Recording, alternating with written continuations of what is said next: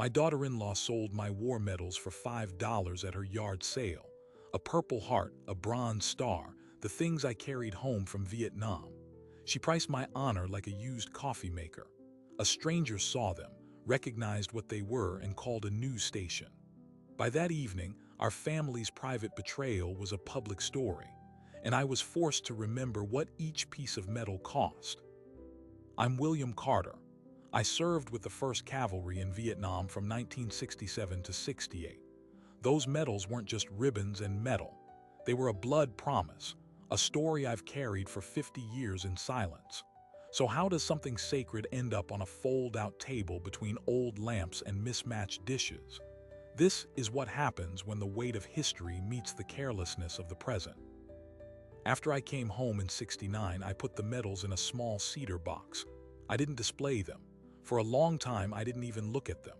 To me, they weren't symbols of pride, they were receipts. Proof of a debt paid in a currency no one wanted to talk about. The war wasn't something you celebrated where I was from. You got back, you got a job, you got on with it. I met my wife, Alina, in '72. She was a nurse. She understood silence. She never pushed me to open that box, but she always knew where it was, up on the closet shelf in our bedroom, wrapped in an old sweater. We had one son, Michael. He was born in '75. I worked construction, then later managed a hardware store. We built a quiet, steady life in a 3-bedroom house in Decatur, Illinois.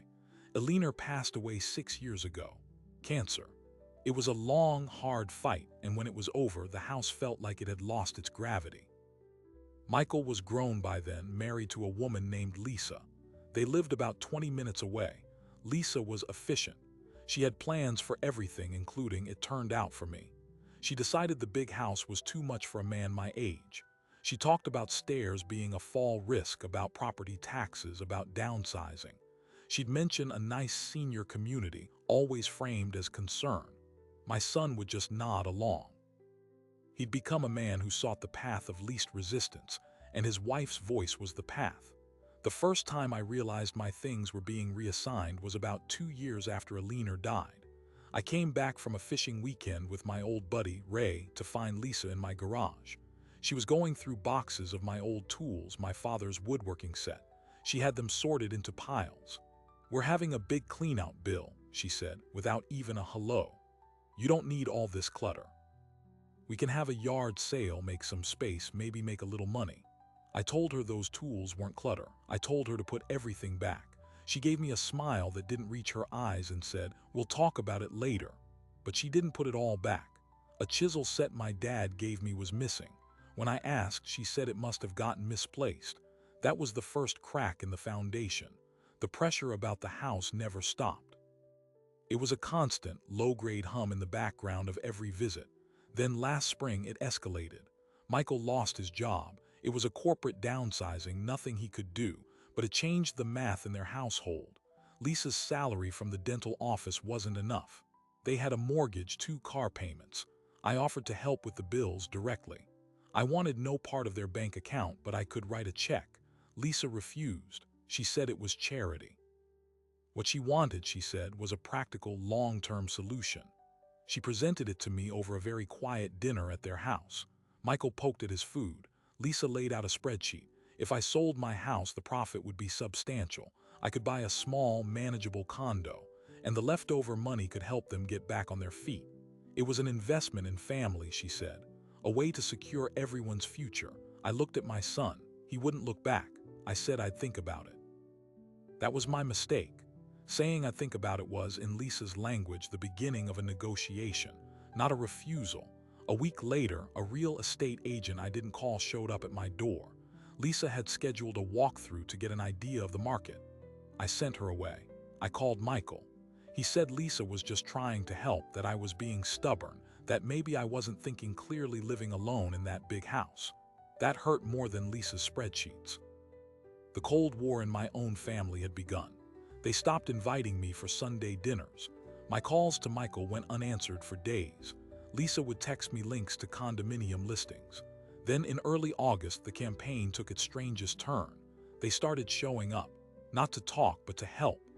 Michael would come over on a Saturday and just start trimming bushes I hadn't asked him to trim. Lisa would walk through rooms, pointing out wear and tear that needed fixing before a sale. It felt like a soft invasion, a way to assert a new ownership over a place they wanted me to leave. One afternoon, I came home from the store to find Lisa in my bedroom. She was at the closet, her hand on that cedar box on the shelf. "What's in this old thing?" she asked. Something cold shot down my spine. "Nothing that concerns you," I said, my voice harder than I'd intended. She pulled her hand back like she'd been burned, but she gave me a look, a calculating look. She'd seen my reaction. She knew the box mattered. A month later, Lisa announced the big yard sale.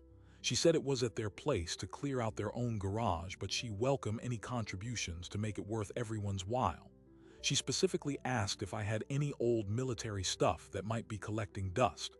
She said people collected that kind of thing. I said no. The yard sale was set for a Saturday in September. That Friday night, I couldn't sleep. I had a bad feeling. I got out of bed, went to the closet, and reached for the cedar box. The shelf was empty. The box was gone. My heart just dropped. I called Michael immediately. It went to voicemail. I drove to their house in the dark. No lights were on. I sat in my truck outside until the sun came up. At 7 in the morning, I watched Lisa carry out fold-out tables. Then I saw her carry out my cedar box. She set it on a table, opened it, and began taking the metals out.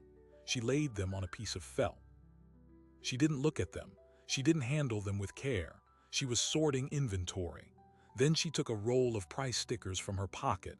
She put one on the Purple Heart. She put one on the Bronze Star. She priced my war, my proof of life, at $5 each. I got out of my truck and walked across their lawn. I didn't run. A soldier learns to walk toward the thing that scares you. Lisa saw me coming. She didn't look guilty. She looked annoyed, like I was interrupting her workflow.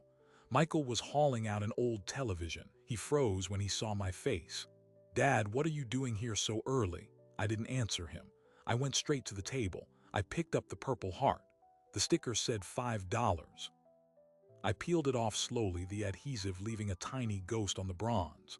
"Where did you get this?" My voice was quiet, too quiet. Lisa put her hands on her hips. "From your house, Bill. We're helping you clear out. You have so much stuff just sitting there. You went into my home. You took this from my closet." "It was just sitting in an old box," she said, her voice rising. "It's not like you ever look at it.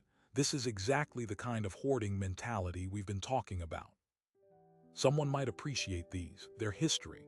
"They are my asterisk history," I said. I started putting the metals back into the cedar box. My hands were steady. That's the training. Your hands can be steady while your whole world is crumbling inside. Michael finally stepped forward.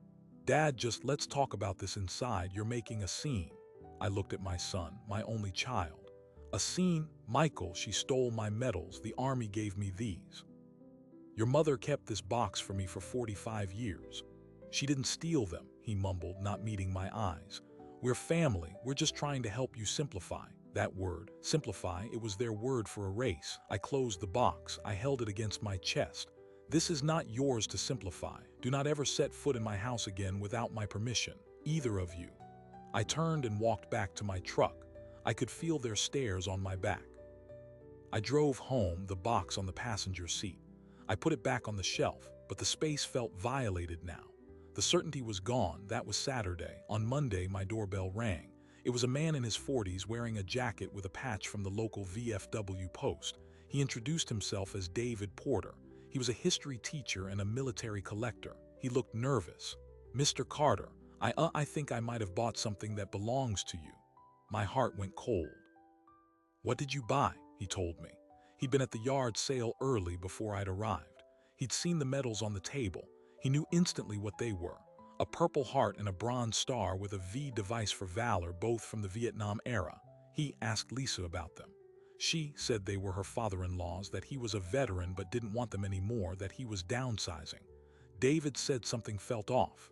The way she talked, it was like she was selling spare chain. But he also knew these medals in good condition could be worth hundreds, even thousands to the right collector. He paid the $5 each. He took them home, but he couldn't sleep. He kept thinking about the veteran who'd earned them. He's a member of a few online groups for medal collectors. He posted blurry pictures, asking if anyone recognized the name on the Purple Heart engraving, William J. Carter. That's when his phone started buzzing. One guy knew a William Carter from Decatur who served in the 1st Cav. Another found a mention in a digitized unit roster. They pieced it together. They told David these medals weren't just souvenirs. They were a man's service record sitting in his living room bought for $10. The right thing to do, they said, was to return them, so he found my address. He was holding a small plastic case. He opened it. There they were, my medals. He held them out to me. "I'm so sorry, sir. I should have asked more questions. I want you to have these back." I took the case. The weight was familiar. "You paid for them," I said, my voice thick. "Let me give you your money back." He shook his head fiercely. "No, sir, absolutely not. This was never about money." I invited him in. We sat at my kitchen table. I made coffee. He asked very gently if I'd be willing to tell him about them, about how I got them. I hadn't talked about it in decades, not the real story. But this stranger had just handed me back a piece of my soul, so I told him. I told him about the morning of March 19, 1968, near Key Sand. My squad was on a patrol. The fog was so thick you could taste it. We walked into an ambush. In the first seconds, my friend Ben, who was walking point, was hit. He went down. The rest of us hit the dirt. I crawled to him. He was still alive, but it was bad. The firing was coming from a tree line about 50 yards ahead. I don't remember making a decision. I just remember standing up. I started firing my M16, walking toward that tree line, yelling to draw their fire away from Ben. I got about 20 yards before I felt the round hit my leg. It knocked me down. I kept firing from my knees until the rest of the squad laid down covering fire and 2 guys dragged me and Ben back. Ben didn't make it. I got the Purple Heart for the wound. I got the Bronze Star for the action. For trying to save my friend and failing. David listened. He didn't say a word. When I was done, he had tears in his eyes. He said, "Thank you for your service and for your story." Then he asked a question that would change everything. "Mr. Carter, do you know that your daughter-in-law is still telling people you authorized that sale?" He showed me his phone. In the collectors group chat, someone had contacted Lisa after David's post, pretending to be another interested buyer. She told them she might have more military items coming soon, that her father-in-law was finally clearing out his past, and that he was difficult, but it was for his own good. I felt the room tilt. It wasn't over. She was planning to do it again. She was lying about me to strangers. David looked at me. "Sir, this isn't just a family dispute anymore. This is something people should know about. Would you be willing to talk to someone? A reporter, maybe?" Sometimes shame is the only language people like this understand. I was tired, so tired, but the thought of her selling another piece of my life or some other veteran's life to some stranger for coffee money, I said yes. David knew a producer at the local ABC affiliate. He made a call. 2 days later, a reporter named Sarah Millerton and a cameraman were in my living room. I told them the whole story. I showed them the medals. I showed them the cedar box. I didn't cry on camera. I just stated the facts.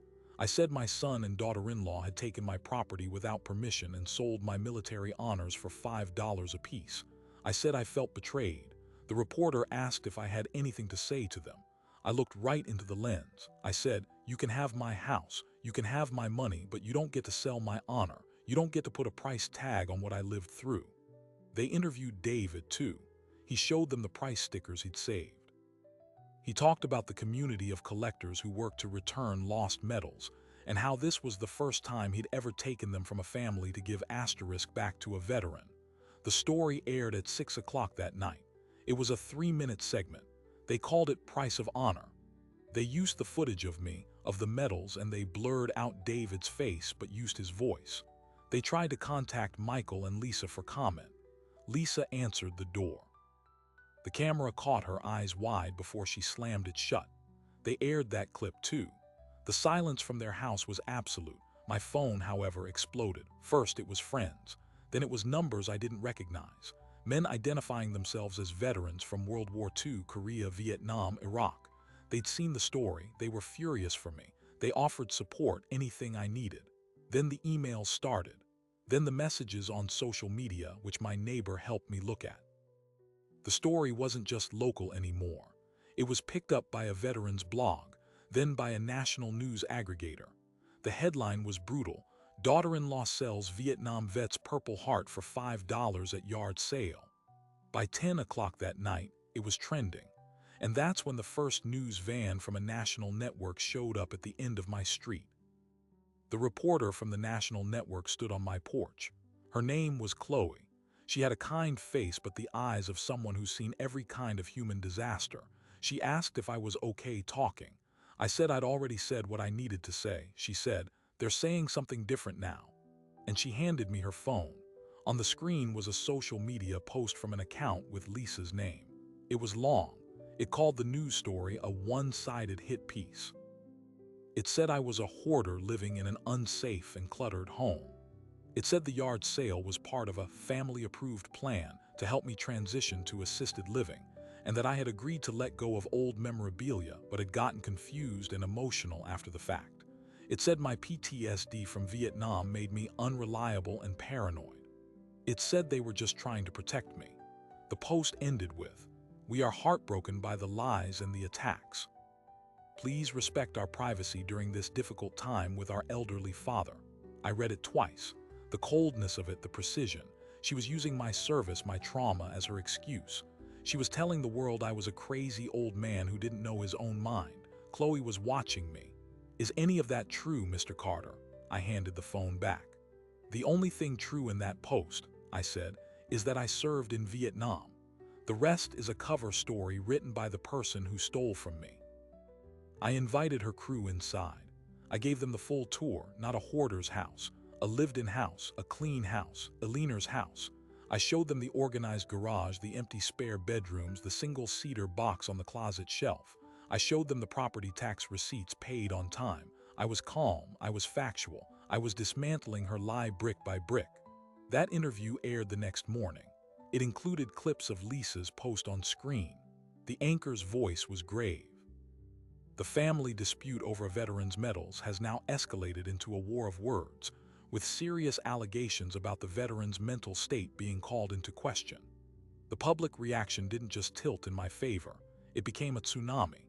Veterans groups issued statements condemning the weaponization of PTSD. The local VFW post organized a rally of support outside my home. Dozens of men and women in hats and jackets stood quietly on my sidewalk, holding flags. They didn't chant. They just stood there, a silent wall of solidarity. A lawyer from a nonprofit that advocates for elderly veterans called me. He offered to represent me pro bono if I wanted to pursue theft or elder abuse charges. I told him I'd think about it. I wasn't sure I wanted to send my son's wife to jail, but I was starting to realize this wasn't about sending a message anymore. It was about setting a boundary that could not be crossed again. The pressure on Michael and Lisa became immense. Their address was leaked online. People drove by their house slowly. They got nasty letters in the mail. Lisa's dental office was flooded with calls and bad reviews. They had to close their social media accounts. They became prisoners in their own home. I didn't want that. I never wanted a mob. I just wanted my medals back and an apology.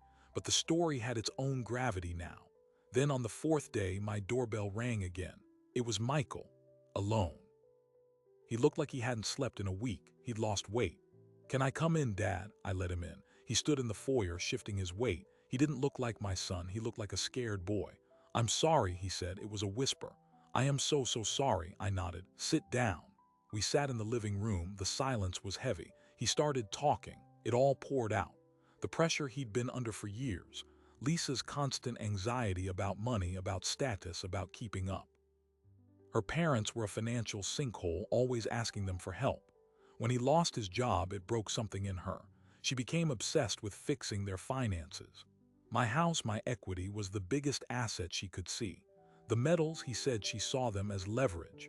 She thought if she could show I was letting go of the past, it proved I was ready to sell the house. He said he knew it was wrong when she took the box. He said he told her not to, but he didn't stop her. He was too afraid of her anger, of the fight. He was a coward. He used that word, a coward. He cried then, real shoulder-shaking sobs. I let him cry. I didn't go to him. The hurt was still too fresh. When he finally got control, he said Lisa was in a bad way. The public hatred had shattered her. She wasn't sleeping. She wasn't eating. She was talking about lawyers, about suing the news stations for defamation. She was trapped in a bunker of her own making, and she was pulling him down with her. He said he didn't know what to do. I asked him the only question that mattered. Do you believe her? Do you believe I'm a confused old man who agreed to this? He looked at me, his eyes red. No, Dad, of course not. I never did. Then you have a choice to make, I said. You can stay in that bunker with her, or you can walk out of it, but you can't do both. He left an hour later, looking more lost than when he arrived. The next development came from an unexpected corner. David Porter, the collector, called me. He was excited. He'd been doing more digging with his online group. They'd focused on the serial numbers on my Purple Heart.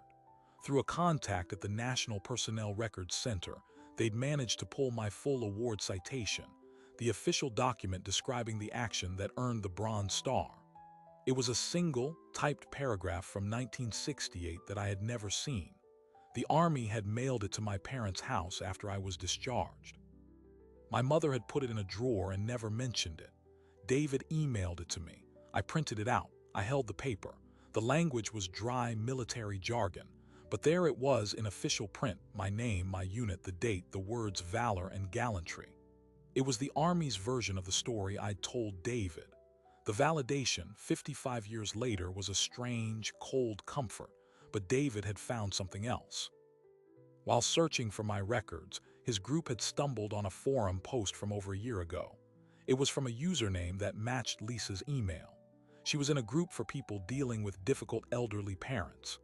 In the post, she asked for advice on motivating a stubborn father-in-law to sell his property. She described me as emotionally attached to useless junk and mentioned war memorabilia as an example of things he clung to. The people in the forum had told her to be patient, to use empathy. She had replied, "Empathy isn't paying my mortgage." David sent me the screenshot. The timestamp was from 8 months before the yard sale. This was premeditated. This wasn't a spontaneous bad decision. This was a campaign, and she had been taking notes from strangers on the internet on how to wage it. I realized then that the Lisa I thought I knew, the sharp, funny woman Michael married, had been gone for a long time. Replaced by someone consumed by a kind of desperate financial panic that made her see her family as obstacles and assets. I decided to give the screenshot to reporter Chloe. I didn't do it for vengeance. I did it for the record, so the world would see the truth wasn't a misunderstanding. It was a plan. When that forum post aired, it was the final nail. Public sympathy for Lisa evaporated completely. The narrative was now locked, a calculating daughter-in-law versus a wronged veteran. The story was picked up by every major outlet. I stopped answering the door. I stopped watching the news, but the world wasn't done with me yet. A package arrived from the Department of the Army. It was a replacement set of medals, brand new in presentation cases. An accompanying letter signed by a 2-star general expressed the Army's sincere regret for what had happened and thanked me for my service. It was a stunning, formal gesture. It felt like my country was giving me a salute. And then the phone call came that would change the trajectory of everything. It was from the producers of a major daytime talk show. They wanted me to tell my story on national television. They offered to fly me to New York. They said they wanted to have a conversation about family, respect, and the obligation we have to our veterans. They said they had also invited Michael and Lisa to be on the show, separately. They said Lisa had tentatively agreed. I said no to the talk show. The producer was shocked. She said it was a chance to tell my story to millions, to finally be heard. I told her I'd already been heard. The story was out. The truth was documented. Going on television to perform my pain for ratings felt like just another kind of sale. My refusal became its own small story. The headline read, "Vietnam Vet Declines TV Confrontation. The Truth Doesn't Need a Studio." It seemed to resonate with people. A quiet dignity in the age of screaming. Lisa, however, did go on. She flew to New York with a publicist they'd hired. I didn't watch it live. A friend recorded it for me. I waited a week before I could bring myself to press play. She sat on that bright stage, her makeup perfect, her hands folded in her lap. She looked smaller than I remembered. The host was gentle at first, then firm. He played clips from the original news story. He showed the screenshot of her forum post. Lisa stuck to her script. She talked about stress, about fear for my well-being, about how things were blown out of proportion. She cried when she talked about the harassment her family had endured. But when the host asked her directly, "Did you have permission to take and sell those medals?" There was a long pause. The silence in the studio was deafening. She finally said, "I believed I was acting in the best interest of the family." It wasn't a yes. It wasn't a no. It was a politician's answer. And everyone watching knew what it meant. The audience reaction was cold. There was no applause. The segment ended shortly after. It was a disaster for her, a public confirmation of every bad assumption. The aftermath was a quiet unraveling. 2 weeks after the show aired, Michael showed up at my door with a suitcase. He said he and Lisa were separating. He said he was staying with a friend from work. He said the pressure, the scrutiny, had finally broken something between them that had been cracked for years. He said the woman on that talk show was a stranger to him. I didn't say I was sorry or I was glad. I just let him talk. He stayed for dinner. We ate meatloaf and didn't talk about medals or yard sales or television. We talked about the Cubs. We talked about the weather. It was the most normal conversation we'd had in 2 years. A month later, I received a letter from Lisa's lawyer. It wasn't a threat.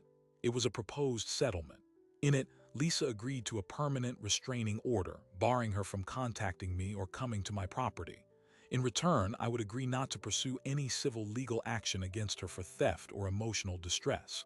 Her lawyer stated this was to allow all parties to move on. I signed it. I had no interest in dragging her through court. The paper was just a formality. The real boundary had already been built by the truth. With the public story fading, life began to find a new, quieter rhythm. Michael started therapy. He came over every other Sunday for dinner. We were careful with each other, like we were both holding something fragile. He apologized, not in a grand speech, but in small ways, showing up on time, remembering to bring my favorite pie, listening. That winter, I did something I hadn't done in decades. I took the cedar box down from the shelf. I didn't just open it and look. I took the medals out. I polished the bronze star. I held the Purple Heart in my palm. Then I drove to the local history museum. I'd spoken to the curator, a thoughtful woman named Maria. I asked if they had an interest in displaying them, not as trophies, but as artifacts with a story. A story about service, yes, but also about what happens when that service is forgotten by the people who should remember it most. Maria said yes. We worked together on a small display. It featured the medals, the cedar box, a photo of me from Vietnam, and a simple plaque. The plaque told the story of the medals, of the ambush near Khe Sanh. And then in one line at the bottom it said, "These medals were nearly lost in 2023. Their recovery is a reminder that history is not just what we preserve, but what we almost let go." The display went up in the spring. On the opening day, David Porter, the collector, was there. So were a few guys from the VFW and Michael. He stood in front of the case for a long time. When he turned around, his eyes were wet. He just put a hand on my shoulder and squeezed. That was the moment I felt the fracture begin to mend. Not healed, but set. The surprising thing, the detail I never expected, came in a letter a few months later. It was from a woman in Oregon. She'd read about the story in a veteran's newsletter. Her father had served in the same division in Vietnam around the same time. He had passed away years ago, a quiet man who also kept his medals in a box. She wrote that my story made her go find that box. She sat with her teenage sons and told them what each medal meant. She thanked me. She said, "Because of you, my father's story didn't end in a drawer." That letter was followed by others. A handful at first, then a trickle. From children of veterans, from spouses. They wrote to say they'd taken the time to ask, to listen, to preserve. My private betrayal had sparked a small, quiet wave of remembrance in other families. That meant more to me than any news story. Last fall, Michael moved into an apartment of his own. The divorce was finalized. It was amicable as these things go. He and Lisa divided their assets. There was no fight over the house they'd both wanted so badly. He sees a therapist every week. He's learning how to say no. He's learning who he is without someone else's constant pressure. We're learning how to be father and son again, slowly. As for the house, my house, I still live here. I'm not going anywhere. Some mornings, I sit at the kitchen table with a Leaner's coffee cup and look at the oak tree we planted when Michael was 10. It's 30 feet tall now. The foundation, just like Frank said in his story, holds because you maintain it. I maintained it. The medals are safe in the museum. People can see them. School children on field trips ask about them. That feels right. They're not hidden in a closet, a secret shame. They're not sitting on a fold-out table with a price tag. They're where they belong, in the light with their story attached, my story. So when people ask me now, after everything, if I'm okay, I tell them this. The war was hell. Coming home to silence was hard. Losing a leaner was the worst pain I've ever known. What my family did, that was a different kind of wound. But a wound is just a place where you've been opened. And sometimes, if you're lucky, the light gets in. The light got in. It showed me who I still was. It showed my son who he wanted to be. And it showed a few strangers in Oregon and Ohio and places I'll never go that a box in a closet might be waiting to tell a story. All because a good man paid $5 for a medal and decided that some things should never be for sale.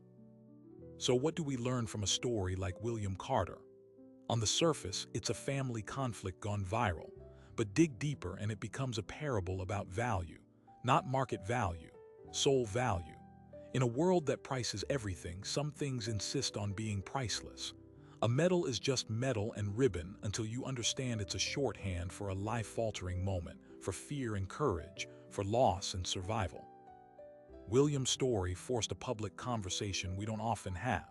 What do we owe to the people who carried the weight of history, especially when that history is uncomfortable? And what does it say about us when the greatest threat to their legacy isn't time, but the casual indifference of their own families? This wasn't just about a yard sale. It was about a failure of imagination. Lisa couldn't imagine the world those medals came from. She could only see the world they weren't helping her buy. That's the true conflict at the heart of this, memory versus convenience. The good news is that the story didn't end with that failure. It was corrected by a chain of people who chose to imagine. David, the collector, imagined the veteran behind the medal. The network of online researchers imagined the story waiting to be recovered. The strangers who wrote letters imagined their own family boxes, filled with silent stories. William, by finally speaking, allowed himself to imagine a different ending, not of bitterness but of dignified preservation. His medals are in a museum now, but the real artifact of this whole saga is the question it leaves with every one of us. What's in your cedar box? What story are you keeping on a shelf, thinking it's too heavy, too complicated, too painful to share, and who might need to hear it before it's too late? The lesson of William Carter is that honor isn't just something you earn in a moment of chaos in a distant jungle. It's something you protect in the quiet ordinariness of everyday life.